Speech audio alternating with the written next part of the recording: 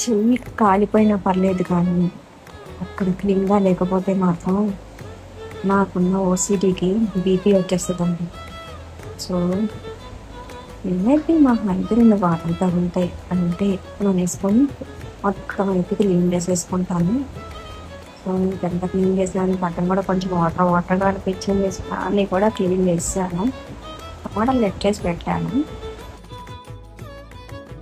అన్నట్టు. మా ఇంట్లో ఈరోజు మటన్ అండి.